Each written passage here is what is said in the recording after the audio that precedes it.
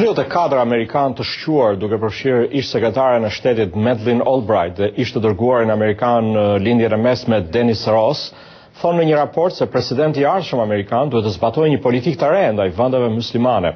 Raporti është formuluar nga dy organizata jo fitimprurse. Ai synon të shkojë përtej konfliktit, keqkuptimit dhe mosbesimit në marrëdhëniet me botën arabe.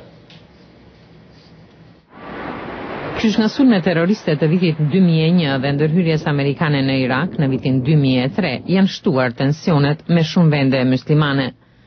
Në shumë nga këto vende, administrata amerikane dhe dediku gjithë Shtetet e Bashkuara janë pritur keq. Me gjithë deklaratat ndryshe nga ana e Shteteve të Bashkuara, arabët janë të prirur të besojnë se Amerika është anti-muslimane. Politika amerikane për konfliktin arabo-izraelit që shihet si favorizuese ndaj shtetit hebraik nuk ka ndihmuar. Autorët e raportit thonë se Shtetet e Bashkuara duhet të adoptojnë një drejtim të ri. David Fairman është bashkëdrejtues i projektit. Our report has a 4-pillar strategy. Raporti ynë ka një strategji me 4 shtylla. E para është zgjidhja e konflikteve pikë së pari përmes diplomacisë. E dyta është përmirësimi i qeverisjes dhe pjesëmarrja civile në vendet muslimane në partneritet, pa diktuar formën e zhvillimeve demokratike apo të qeverisjes. E treta është bashkëpunimi për partneritete me përfitime reciproke ekonomike për të krijuar vende pune dhe për të zhvilluar vendet muslimane si dhe tregtinë për Shtetet e Bashkuara. Dhe së fundi, ndërtimi i respektit reciprok dhe i mirëkuptimit mes shoqërive tona dhe njerëzve tanë në çdo nivel. Zoti Fairman thotë se fushata presidenciale përcaktoi kohën e publikimit të raportit. Grupi kërkon t'ia jap atë republikanit John McCain dhe demokratit Barack Obama për mendime mbi politikën e jashtme. Ne rekomandojmë që presidenti i ardhshëm të bëjë thirrje të qartë të vendit për të synuar në përmirësimin e marrëdhënieve me botën muslimane si prioritetin kryesor të politikës jashtme e qysh në fillim të administratës, thot ai.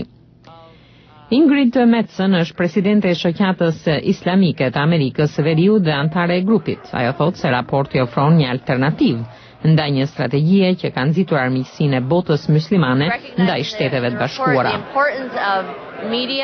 Ne pranojmë në raport rëndësinë e medias, portretizimin prej sajt të islamit dhe muslimanëve si dhe portretizimin e amerikanëve në botën arabe, kështu që duhet të sigurojmë se këto gjëra të ndodhin në të njëjtën kohë, pasi duhet të ketë politika të mira, por duhet të ketë gjithashtu informacion të saktë dhe dialog në të gjitha nivelet e popullatës në përgjithësi.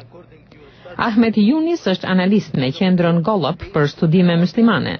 Grupi anketoi musliman në mbar botën. Pika kryesore për rekomandimet tona që paraqitet në raport janë opinionet e muslimanëve dhe arabëve për mënyrën se si Shtetet e Bashkuara duhet të ndryshojnë në marrëdhëniet me shoqëritë dhe vendet e tyre. Autorët e raportit shpresojnë se ai do të ndihmojë në ndryshimin e opinionit publik në Shtetet e Bashkuara dhe do të kontribuojë në ndryshimin e politikës amerikane ndaj botës islame.